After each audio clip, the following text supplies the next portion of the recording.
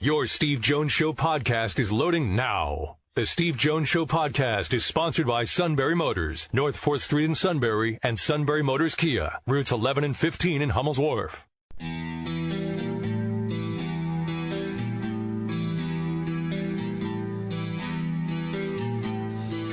Sports talk where your voice counts. This is the Steve Jones Show on News Radio 1070 WKOK. Now from the Sunbury Motors Studio, here's Steve Jones. Hey, by the way, I think most of the people that listen to this show, of course, obviously are big sports fans. And you know that Kyrie Irving right now cannot play in New York City because he's not vaccinated, correct? Correct, yes. Well, it turns out that the city of New York has told the Yankees and the Mets, same story for them. Yep.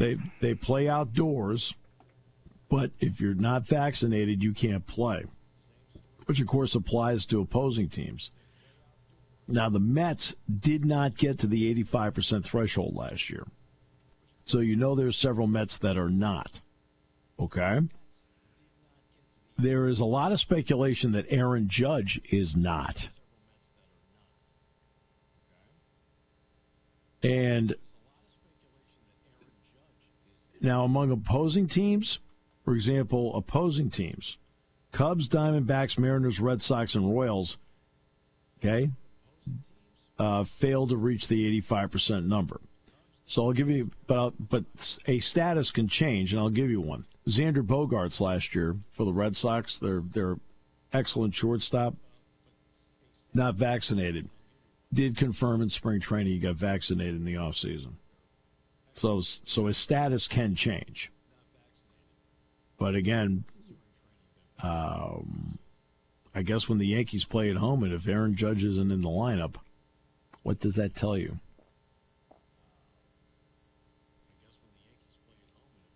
This is not it's not the story you wanted to hear. No, it's not. It's not. It's certainly a little concerning. Yeah, very concerning actually, because that's a good chunk of your season. Obviously, you're not going to have your top player unless that gets changed. That's half. Exactly. It's half. That's half. But I mean, look how the Nets have tried to handle this thing. Oh, yeah, and I go back to that, what was it, Sunday afternoon? I think it was Kyrie Irving, who's unvaccinated, was in the stands in a paid-for seat, but he can't play. Like, I just don't understand this rule by New York City. No, I don't. No, I don't either. There's no logic to it. In other words, he can be at the game with a ticket, but he can't be on the bench. And he can't play? But then he can go on the road with them. Okay. I mean, like, tell me, connect the dots here for me. In other words, he can travel with them. He can play a road game with them. Up and down the floor. But if he's in New York, he can't be on the bench, but he can sit in the stands and doesn't have to show proof of vaccination. What? I tell you what, though, New York really needs to look hard. New York City officials need to really look hard and see how much sense does this really make. Because guess what? New York, everybody loves their sports in New York, but New York is a baseball town. And if their teams can't have some stars because they're unvaccinated and it screws them over from winning games, there's going to be some major, major problems. To be honest with you, though, it's something that New York has to look into just in general. Oh, yeah, absolutely. Because the rule makes zero sense. Okay. We're only talking about it in the sports realm. It's much bigger than that. But the Kyrie Irving situation brings with it the conflicts in it. In other words, it's okay for him to travel with the Nets to, I don't know, pick a place, Denver. So he can travel on the plane. He can be with the team. He can eat with the team. He can sit on the bench. He can run up and down the floor with all the sweat and everything that's happening. But if he's in Madison Square Garden or the Barclays Center, he can't be on the bench, but he can be in the stands. It's like, okay. Okay, now I'm getting a bit confused here as to what you're doing here. Okay, that's the part I'm getting confused by. that, in other words, he's not banned from being being at the games if he's unvaccinated, but only from playing in the game. Okay, what's the line here? And I'm just, and it's a line they're going to have to figure out. Same thing would be like, say it was Aaron Judge. Let's just for the argument, and I apologize to Aaron Judge if he has and it's not an issue. Right, but say it is. You're talking about 81 games, but he can travel with the Yankees and do the entire West Coast swing. Let's go to Seattle. Let's go to Oakland. Let's go to Anaheim. Right? But boy, he comes back to New York City. Nope. He can sit in the seats at Yankee Stadium, but he can't sit in the dugout. He just traveled with him on the plane and was in the dugout with him for 10 days. Oh, and on top of it, he can't play in Toronto either right now. That's right. Toronto he can't either. That's right. You're right. Toronto he can't. So it's a lot more than that. All right. In fact, he's not even allowed in the country, I believe, right? Correct. Yeah, everybody that's unvaccinated would have to stay behind totally. Right. Yeah, could not make the trip. All right, let's get to our play-by-play call of the day. Towns steps back, drills the triple, make it 54 in the game. Tying the franchise record at 28 shot attempts. Towns make it 32 in the quarter, and he's tied the franchise record 56 in the game.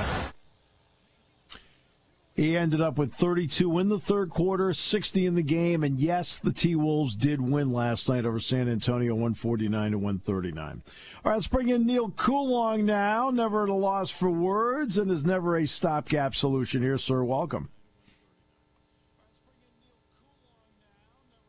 Yes, absolutely not a stopgap anything. I'm here for all of the excitement for these wacky Steelers this offseason. I'm really looking forward to seeing how all this is going to shake out. So glad to be here to discuss the beginning of it. I feel like we're in a new era. Yes, the Mitchell Trubisky era is now underway as the Steelers have made their transition back to the Neal O'Donnell days. If they're lucky. I will say this. I will say this about Mitchell. We talk about Neal O'Donnell. Trubisky can move. All right. I mean, he can move. Not only that, he's got some quicks to him. The question is whether in key moments he can deliver the ball the way they need it. Well, for whatever mobility he has, there's no real empirical evidence to suggest that you can rely on him as a passer. I'm not trying to pull punches or anything like that. There's nothing that can suggest you can rely on him as a passer. He's woefully deficient in terms of throwing the ball. That's a pretty important job requirement, and I don't see in 4 seasons how they could think he's able to do that. To me, he looks like the type of guy that it wasn't long ago they signed as a backup.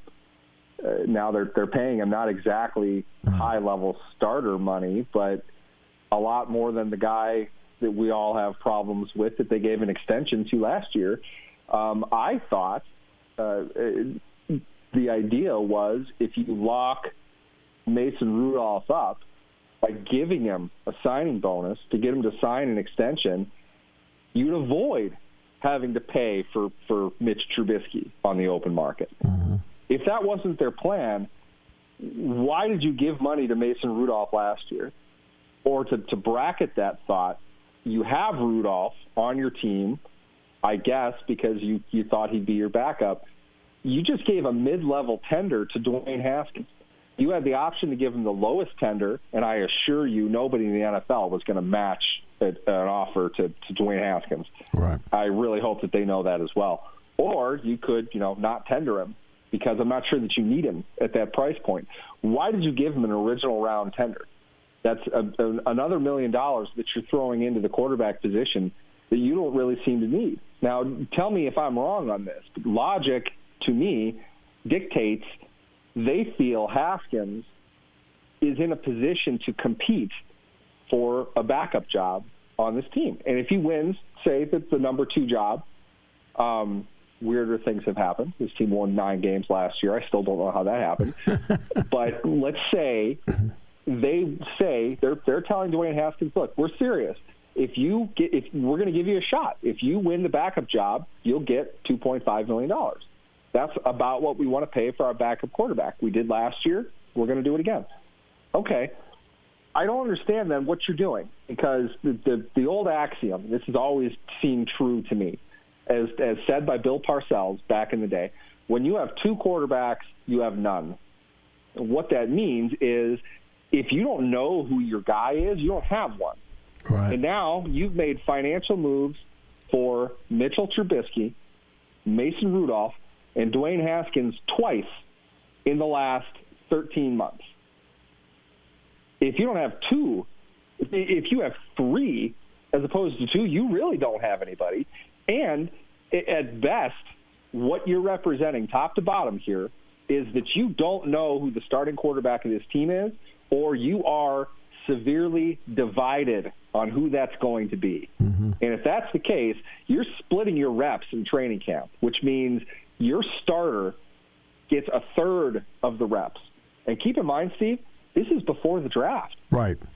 They really should be drafting one, because now Trubisky is the only guy who's signed for next year. I know. But what's your future plan here? You obviously don't think enough of Trubisky to give him more than a 2-year contract. So you are in the exact same position next year that you're in now. And that was the same position you were in last year. What's the plan here? To me, they don't have one. And that's really more of why I'm frustrated. I could go into Mitch Trubisky being an abjectly poor passer. I could get into that all day, but to me, the main problem is the Pittsburgh Steelers do not represent in any way that they have a plan at this position moving forward, and they're going to continue to recycle backups in the eyes of the rest of the NFL. I don't know what the ending point is, because I don't think that either Mason Rudolph or Mitch Trubisky are long-term starters in the NFL, yet they continue to pay these guys to come in and now play quarterback for them now that Ben Roethlisberger is retired. So I don't know. I get the feeling, though, you and I are going to be talking about the same thing next March. I get a feeling we will be, too, because this goes back to what I talked about with you last week, and that, I think you have to look at the quarterbacks that are available, that are potentially available in 23, 24, and ask yourself if your guy is in that group, because it's not in this group. Trubisky can get you there in terms of being a stopgap. Does he play a year and then you redo the contract if it works out well? Or do you get scared to death after 1 year and say, forget it? But this, you just feel like this is, for the moment, Tommy Maddox, Neal O'Donnell, that group. Yeah, and to be honest with you, I'm not sure that those relatively and comparatively speaking weren't better options than what they have now. If you want to get here's the thing. More quarterbacks does not necessarily mean more availability in the 20s. Okay? Mm-hmm. Right. You're putting money into this team, and we're talking 7-10, 8-9, 9-8, that range. I don't think they're going to be an improved team this season. I don't think they're going to win. In fact, they'll probably regress a little bit this season, not catch a bit of the good fortune that they had, especially over the second half of last season. Right. With that in mind, if they're drafting 15, 16, there's no assurance that they're getting a good quarterback there just because the class is good. Right. You don't draft a class. Right. And you don't compare prospects to other prospects. You get one guy with one pick. So, to be honest, if you want to increase your chances of getting one of the best quarterbacks in next year's draft, start Dwayne Haskins. Don't bring in another right. Dwayne Haskins or Mason Rudolph type quarterback. Just start one of them and let him go. None of these guys are viable options. Why are you spending $7 million a season on Mitch Trubisky when Mason Rudolph is beyond some alleged mobility, which isn't going to help when all he's doing is bootlegging and doesn't know what he's looking at beyond one read on the field anyway? That doesn't help anything. And the more that you want to use him as a runner in your offense, the shorter his season's going to get because he's going to get tagged at some point. Yeah. And Rudolph's going to play anyway, so what's the point? I don't understand in any way what is going on except to suggest there are multiple ideas being presented here. Maybe that is connected with the fact that Kevin Colbert is retiring after the draft. I just don't see how one person or one group could have come to consensus on all of these decisions because they just simply don't line up with each other. It doesn't look like it's part of any one, kind of long tail plan. And if that's the case, you're throwing darts at a board. You don't have a plan. And now, oddly enough, the best thing you could have done was at least draft a young prospect that you could develop. And that might be the worst thing that they could do because then they have 4 quarterbacks. There's not enough reps to go around. One of them is getting cut, and 3 of the 4 would have just gotten a contract. So, again, what are you doing? The idea of having quarterbacks compete in training camp is antithetical, in my opinion, simply because they're not going to get enough time to work with the offense.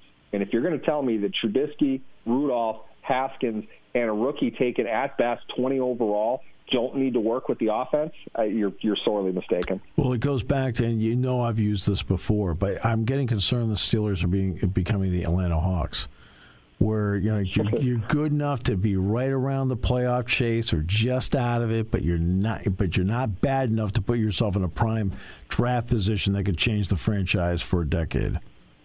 We saw that last year. I mean, the fact that they pulled out 9-8, pretty remarkable. In my opinion, I thought the coaching job Mike Tomlin did in 2019 when he got 8-8 out of that team was really something else. It's not like this team was any better.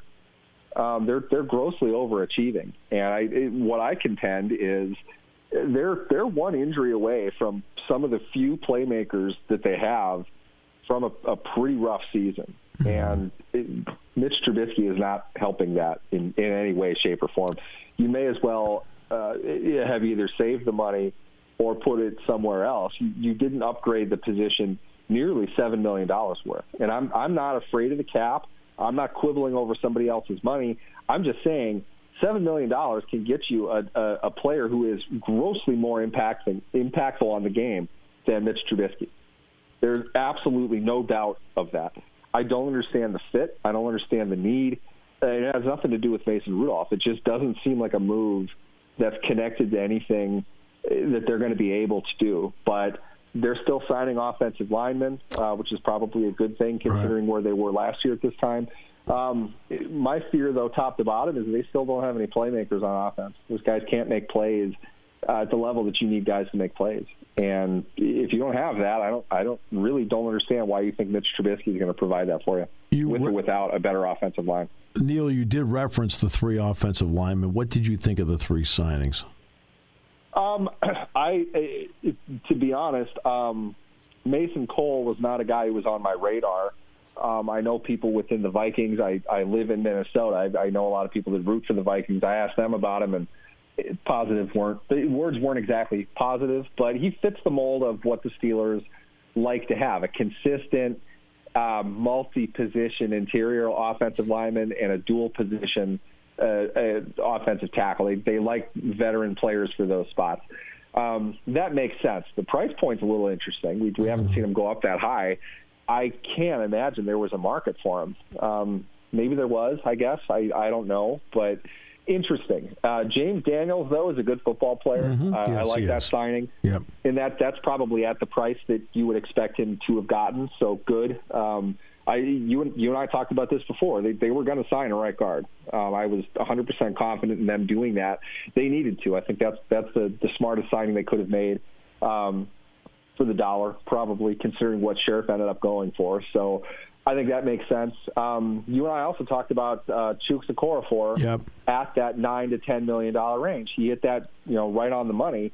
I'm not surprised the Steelers were interested in keeping him. That's an amount at a position the Steelers don't typically pay, but I think it goes to show they need to get something solid in there. And Chuks, to some extent, he bailed them out last season. Things didn't go the way that I think the Steelers wanted, and I think his agent can probably say, look, he trained all offseason to be the left tackle. You moved him to right tackle because of injury. He had to play right tackle all last season. You're going to pay him this level, right or left tackle. Let's get on the same page, though, about what position he's going to play moving forward, because you want to keep this guy. The arrow is still pointed up for him. He's really young. He's a good athlete. We're seeing good things from him. His best football is in front of him. I think that's what the Steelers are paying for there, but it's the right move. I like that move. Generally speaking, people don't think he's worth it. At some point, especially when an offensive lineman of all positions, who's 24 years old, keep that in mind, reaches free agency, you're signing on potential still. You know, he really still has that kind of new to the league shine to him. He hasn't played that much, but 2 starting years of experience, growth in that time. Good, I like that. If that's the right side of your line, I like to think that it's definitely stronger with Daniels in there, and I think Chooks is going to be better for the experience that he had last season. What they'll do about center? I mean, does Mason Cole come in and compete for the center job? Right. You know, or maybe the left guard is where Daniels will end up. I don't know. You know, there's no reason to think that Kevin Dotson is set in place for anything anymore. Not after last season, that's for sure. We still don't know what they're going to do about Zach Banner. I think that's going to trickle down to a decision on Joe Haig and the draft coming up as well. So there are a lot of moving parts within the offensive line, but I think they signed the right players for where they're trying to go, and they've given themselves options to explore between now and camp. So I give them an A for that, just because it's going along the lines they needed to go down. Well, we have to wait and see what it looks like on the field. But I think they signed the right guys, and they added the right kind of depth to create options for themselves that maybe they didn't have as much of last year. That could have helped them out a little bit more.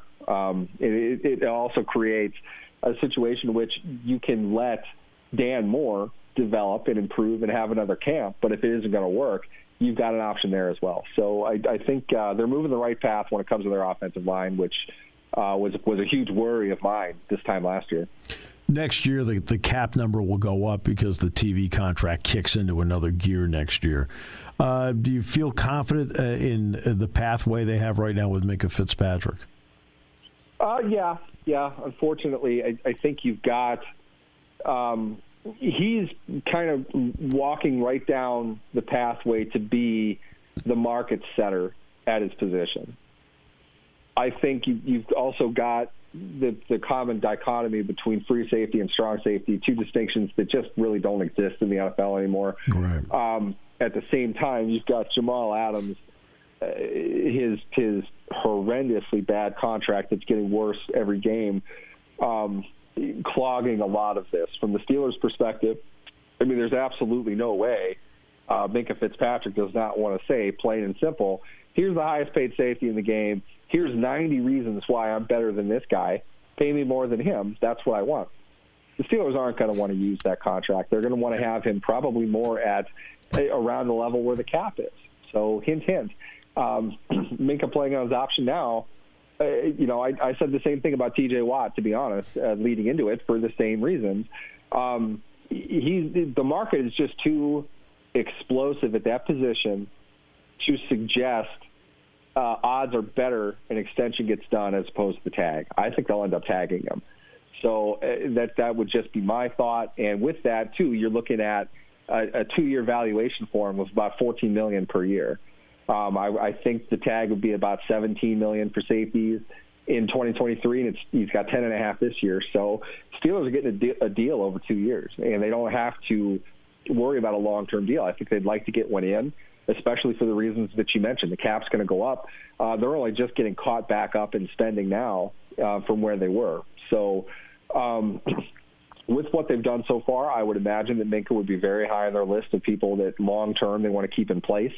We'll see if he's not trying to price himself out of the market. He's a young player. He's easily the best playmaker in the back 7 of the team, right? Within the secondary at least. It's a guy that they need to keep around for sure, but he's going to be a top-of-market guy. Do they want to have 2 top-of-market defensive players? That's really the question. I would say if they're throwing $7 million a year at Mitch Trubisky, I don't know what they want to do with Minka Fitzpatrick, but they shouldn't be too tied up in contract distinctions if they're signing that to play quarterback and don't have a decision to be made on Minka Fitzpatrick. Well, the Adams deal is one that's, let's be honest about it. When he signed it, I was like, talks between Russia and Ukraine have now ended, with Ukrainian officials and I think it sets a standard in the league. Look, more talks are coming tomorrow. He didn't hold the Seahawks hostage, okay, and release them one at a time until he got the money. They agreed to it, but it's not a standard. Other teams should follow. It absolutely is.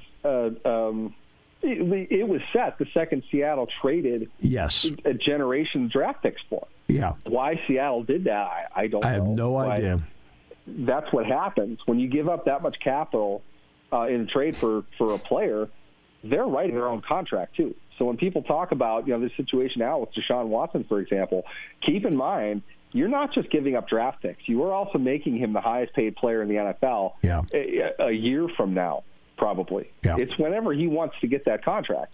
And he's going to sit at least 4 games this season as it is. So making those big trades carries with it the weight now that you have to make the player at least the highest paid at his position. And that's exactly what Jamal Adams did. At 30% over market for his services because of that trade, which I thought was ridiculous at the time. I thought his contract was even more laughable.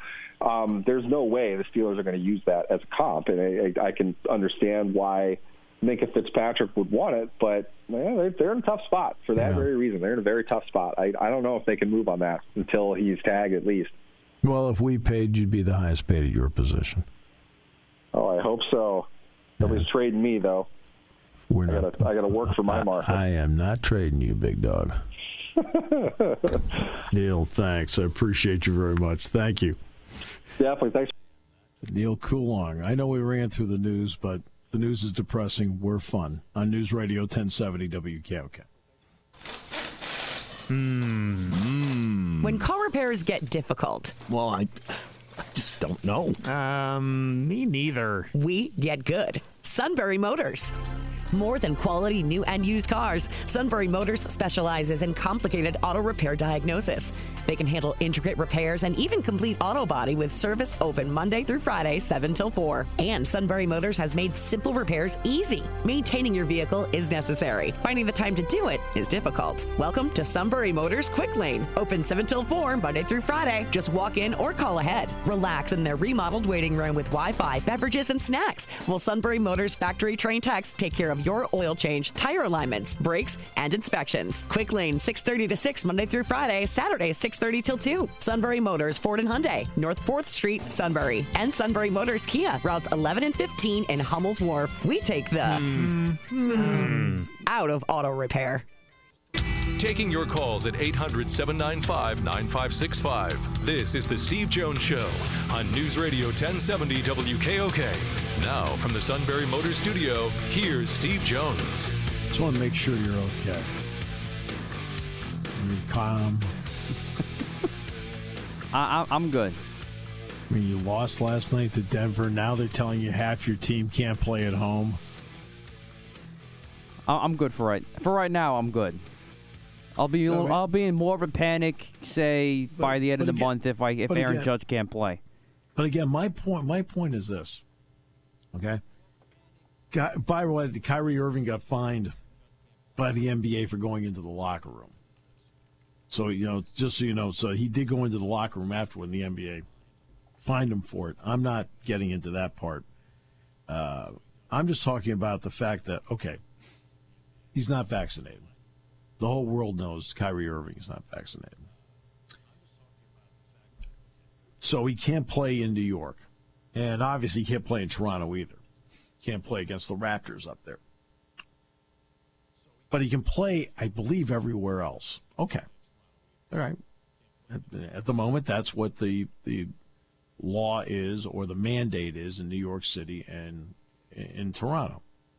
But the irony is that he can go on the road trip to Philadelphia, Washington, Charlotte, travel on the team plane, stay in the team hotel, eat the team meals, and be in the locker room, play the game up and down on the floor. You know, they're all breathing and nobody's wearing a mask when you're on the floor. Okay, then you go back to New York and he can't play. All right, that's the mandate. Except he can sit in the stands. That's where it becomes confusing. He can sit with the fans in the stands, but he can't sit down. He can't play in the game.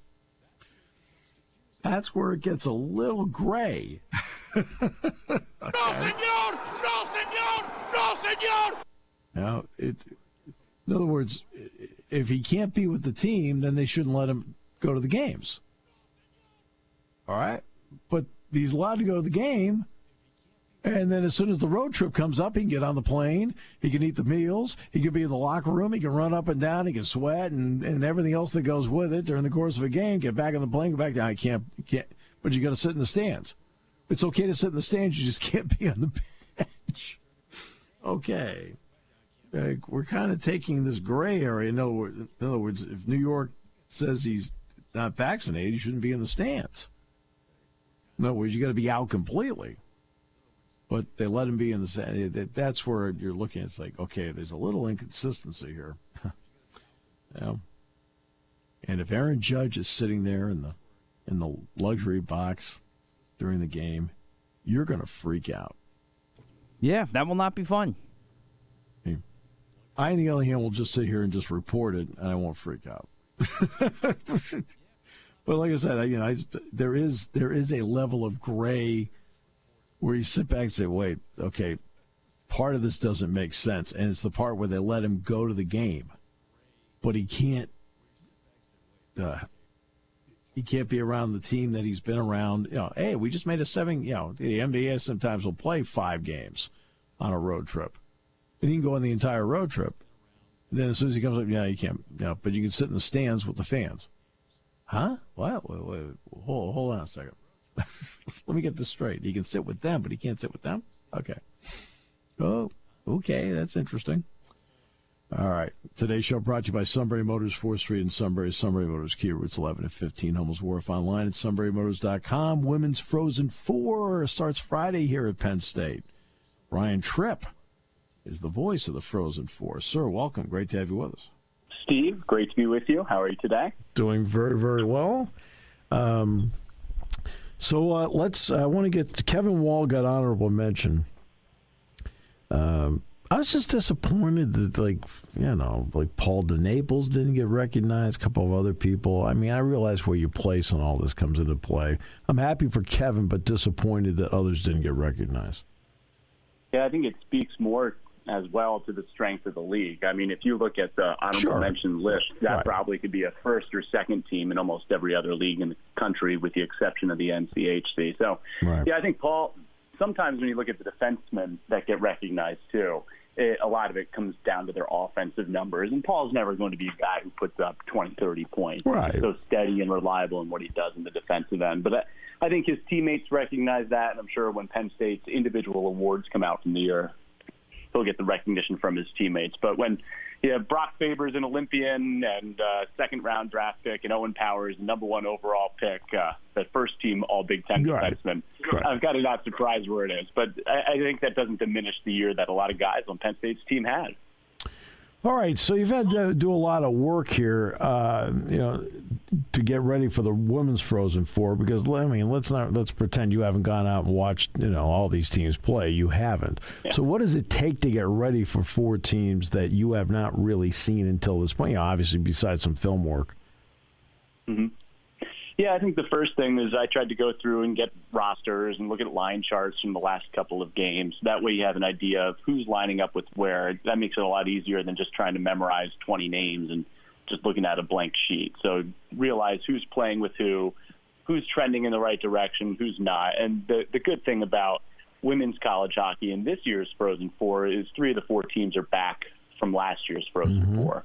So these are teams that have had some national success. It's actually interesting, though. Minnesota Duluth, among the 4 teams there, is the only one that's won a national championship, and they'll be in a national semifinal rematch in the early game on Friday against Northeastern, which is led by a tremendous goaltender, Erin Frankel. I think she's a household name for anyone who follows women's college hockey at all. And then the second semifinal is Ohio State, which you're at least a little bit familiar with, considering they're a Big Ten team. You know a little bit about what their history is. And then Yale, which I'll be completely honest, I had no inkling of anything about their program.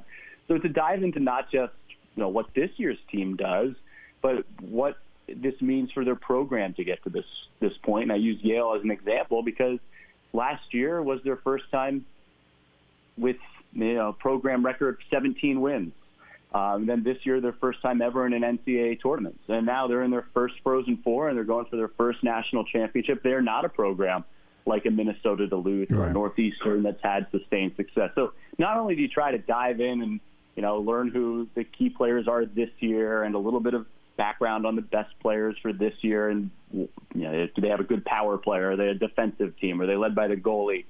I think there's an importance to realize what this means for a program and where it stands for their all-time history and records and all that other sorts of stuff. But it's a tight turnaround too. You can't know everything, but you want to try to sound like you're in tune with really what's going on within each program. Right. A lot of people now feel you're the unofficial voice of Minnesota Duluth athletics. I was thinking the same thing. You've done so many of them along the way on the men's side in the Frozen Four. My goodness.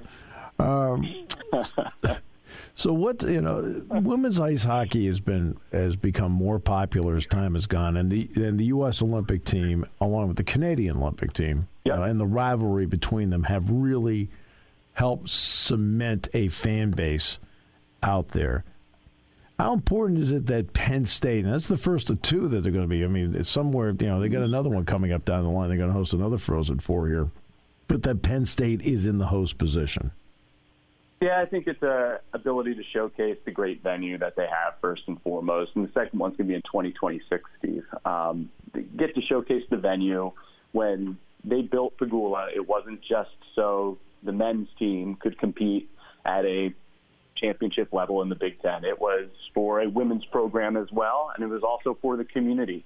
And to make Central Pennsylvania and Pennsylvania in general a hockey hotbed, and that takes time. But I think anytime you can get the visibility that the Women's Frozen Four brings, showcases Penn State's ability to host the championship. I think it's good for the women's program, but I think it's good for hockey in general, just showing that Penn State's a destination, and it puts it on the hockey map. So I think there's so many things there that it ties into and different parties that it benefits. But then, you're talking about women's hockey in general. You look at the professional leagues that have started now across the United States and just the notoriety, I think, players. I'm going to work with Kendall Coyne.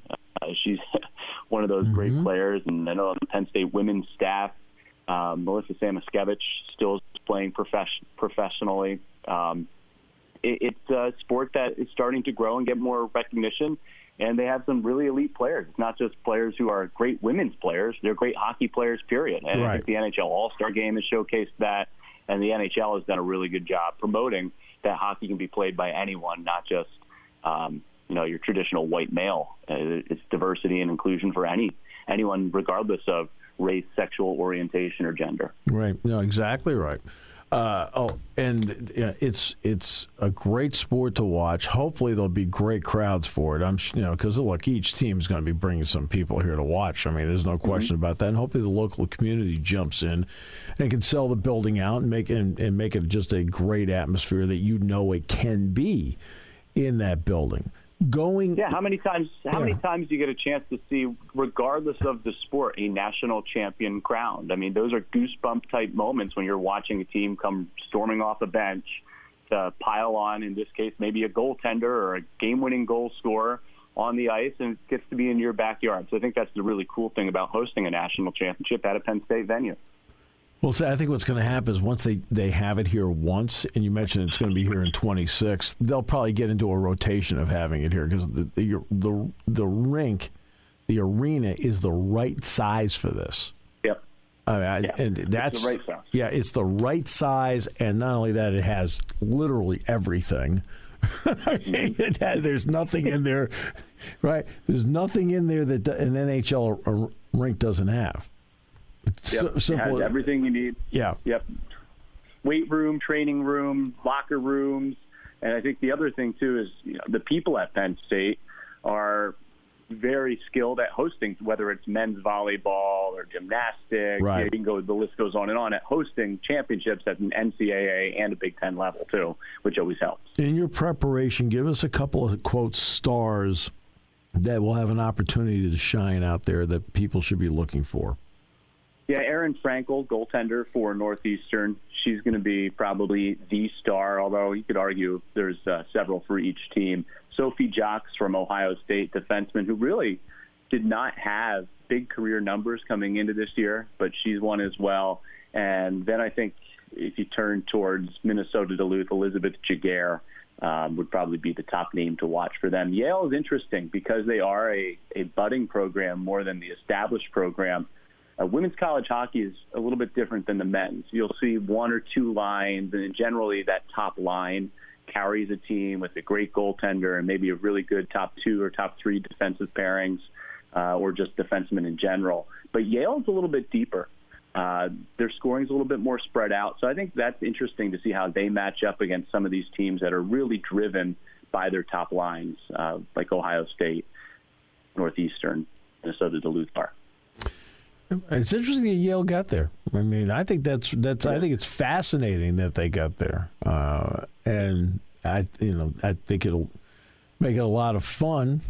And part of it, as you know, any tournament is matchups. Sure. Like, they were the 5th seed, and they played a team that they were familiar with as the 4th seed, Colgate. Yep. Another team that traditionally is good, but not Minnesota and Wisconsin.